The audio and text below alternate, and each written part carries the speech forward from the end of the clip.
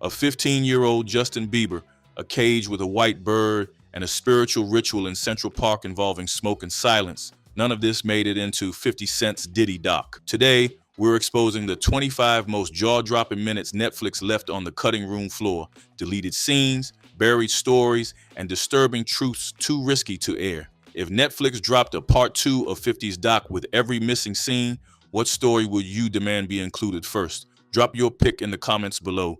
We read them all. Let's start with the clip that made everyone's skin crawl in hindsight. Back in 2009, Diddy uploaded a YouTube video titled Justin Bieber 48 Hours with Diddy. In the video, Diddy's grinning, Bieber's just 15, and the vibe totally off. Diddy says, "We can't really disclose where we're hanging out or what we're doing." Now sure, at the time it might have passed as a celebrity joke, but in 2025, after Diddy's arrest, that line hit different. The clip reemerged like a ghost, flooding TikTok, X, Reddit, everywhere. People were stunned this wasn't included in 50 Cent's documentary. Netflix didn't even touch it. Not a screenshot, not a soundbite. This wasn't mentorship. It was mystery, and it aged terribly. If that 12-second quote made it into the documentary, the conversation around Diddy's public image would have cracked wide open. Before Usher was the smooth, Grammy-winning R&B legend, he was 13 years old living with Diddy. Yes, living, full-time. Diddy called it Puffy Flavor Camp, a weird name for a weird setup. According to Usher, the experience was wild, and he saw things a 13-year-old probably shouldn't be around. Think late-night parties, adult conversations, wild studio energy, all unsupervised. He later told Howard Stern when asked if he'd send his own kids to Puffy Camp, "Hell no, let that sink in." A teenage Usher deep in the chaos of Bad Boy Records, and Netflix barely blinked. All we got was a passing clip. No breakdown, no analysis, no interviews. One of the most eye-opening chapters of Diddy's legacy quietly skipped. You ever hear a story so strange it feels like a movie? That's what Gene Deal, Diddy's former bodyguard, dropped when he talked about what happened in Central Park before Diddy's 1999 nightclub trial. According to Gene, Diddy believed he needed spiritual protection. So what did he do? He took Gene to Central Park, where a man burned sage, chanted prayers, and pulled out a live white bird in a cage. Gene swears Diddy got on his knees for the ritual, smoke in the air, the bird flapping, the whole scene surreal. Then they went straight to the courthouse. You can't make this up, but Netflix didn't even try to fact check it. Too strange, too unverifiable, too mystical for mainstream. But Gene's told this story for years, with receipts, and still cut. March 9th, 1997. Biggie was gunned down in LA, and while the world mourned the loss of a legend, something else happened that night, something most fans never heard about. Mase, Bad Boy's rising star, says he was trapped in a hotel hallway with 70 gang members, literally stuck, couldn't leave his room. The vibe was tense, dangerous. He feared for his life, and no one from the Bad Boy crew came to check on him. Former security chief Gene Deal said he had to rescue Mase personally, with help from a few Black Hand affiliates. While Biggie's murder made headlines, Mase was nearly a ghost story. Netflix focused on the death, but they skipped the chaos, the betrayal, and the silence around Mase. That scene alone could have added an entirely new layer to the documentary's emotional weight. Kim Porter wasn't just Diddy's ex. She was the mother of his children, a longtime partner, and someone who had seen everything inside Bad Boy's empire. When she died in 2018, the official cause was pneumonia, but the questions haven't stopped since. Just days before she passed, Kim was seen on the red carpet with Diddy and their son Quincy. Reports say she was feverish, visibly sick, but still showed up. Why? Because Diddy allegedly wanted that perfect family photo.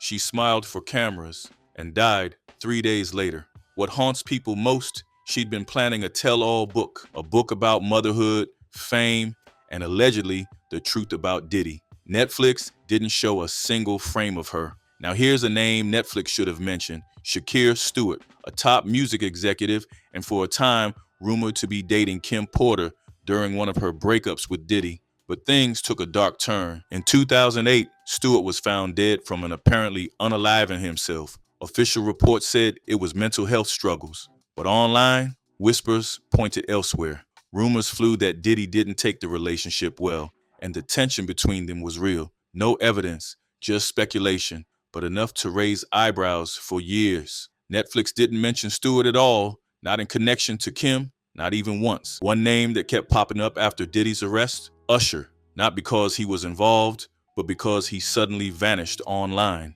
In May 2024, Usher deleted his entire Twitter account. No warning, no statement, just gone. Fans noticed immediately.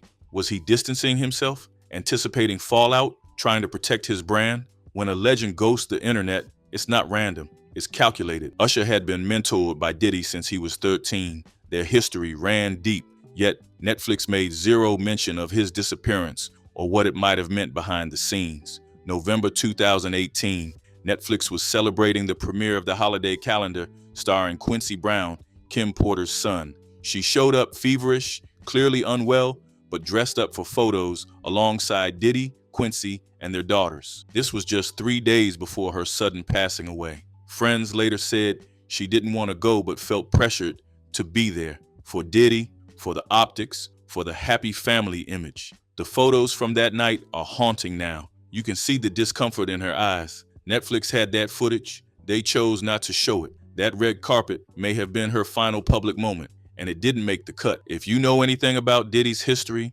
you know the name Gene Deal. He was Diddy's personal security, close enough to witness the rise and the unraveling of Bad Boy Records. And yet, in 4 hours of 50 Cent's documentary, Gene's name never came up. He's told everything on podcasts and interviews on YouTube, from Biggie's final days to spiritual rituals to private fallout within the crew.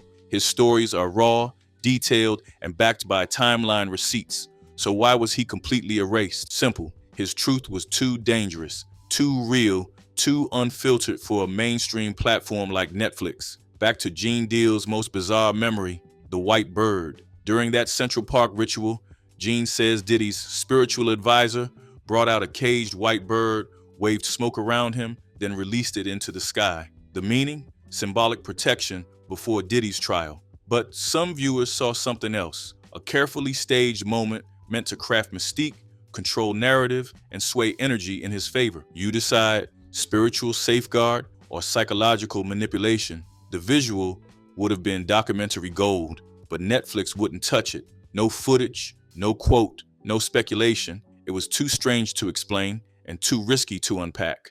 Cassie's lawsuit was the domino that toppled Diddy's empire. Her explosive 2023 filing detailed years of abuse, teleporting, and surveillance, and it reignited interest in Diddy's darker side. But here's the kicker. The lawsuit unfolded while Netflix was wrapping production. They had time to acknowledge it. They had time to react. Instead, they stopped short. No timeline, no voiceover, no clear link. Cassie's story was the fire behind 50's documentary rollout. And yet, the documentary barely scratched the surface of the legal powder keg that started it all. It started as a joke on a podcast, then it snowballed into a viral rumor with serious undertones. Allegedly, someone finished on Diddy's chest, and he asked for hand sanitizer afterward. That's the story. It's crude, bizarre, and completely unverified. But it didn't stop people from replaying it on YouTube a million times over. And while it sounds insane, insiders on multiple platforms danced around the same accusation, with one even mentioning metal nipples. Yeah, that happened. Was it real? Who knows? But Netflix didn't dare include the words sanitizer. Too graphic, too uncorroborated, and too meme-worthy for a polished platform.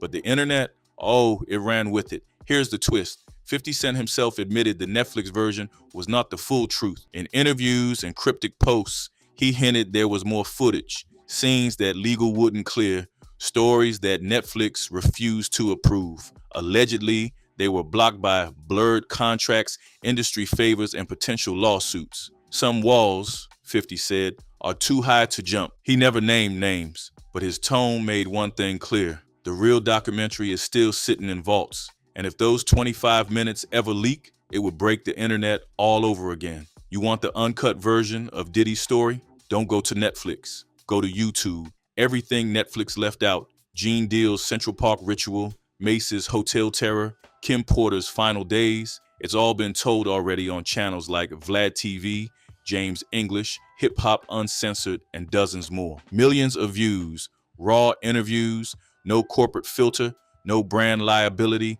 YouTube became the unofficial sequel to 50's Netflix doc. The wildest part, some of these interviews predate the documentary by years. Netflix didn't just miss these stories, they chose to leave them out. In May 2025, Justin Bieber finally broke his silence, but not with a tell-all, just a single statement through his rep. He clarified that while he wasn't one of Diddy's victims, he did acknowledge something powerful. There are individuals who were genuinely harmed by him.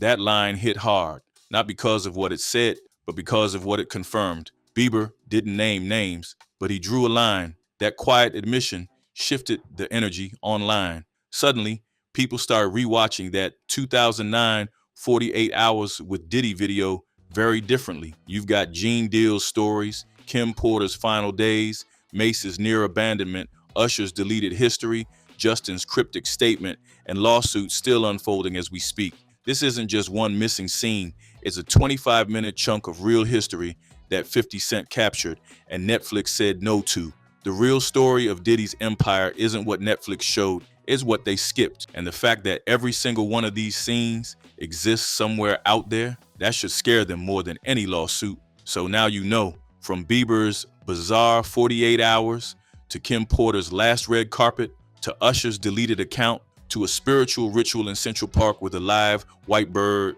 these weren't just minor scenes. These were the moments that connected everything. Netflix showed the shine, but the shadows, they left those on the cutting room floor. This wasn't editing, this was erasure. If you're watching this, you're part of the few digging past the surface. And if we've learned anything, there's always more they're not showing us. Like this video, share it with someone who needs to know, and subscribe now because part 2 is already in motion.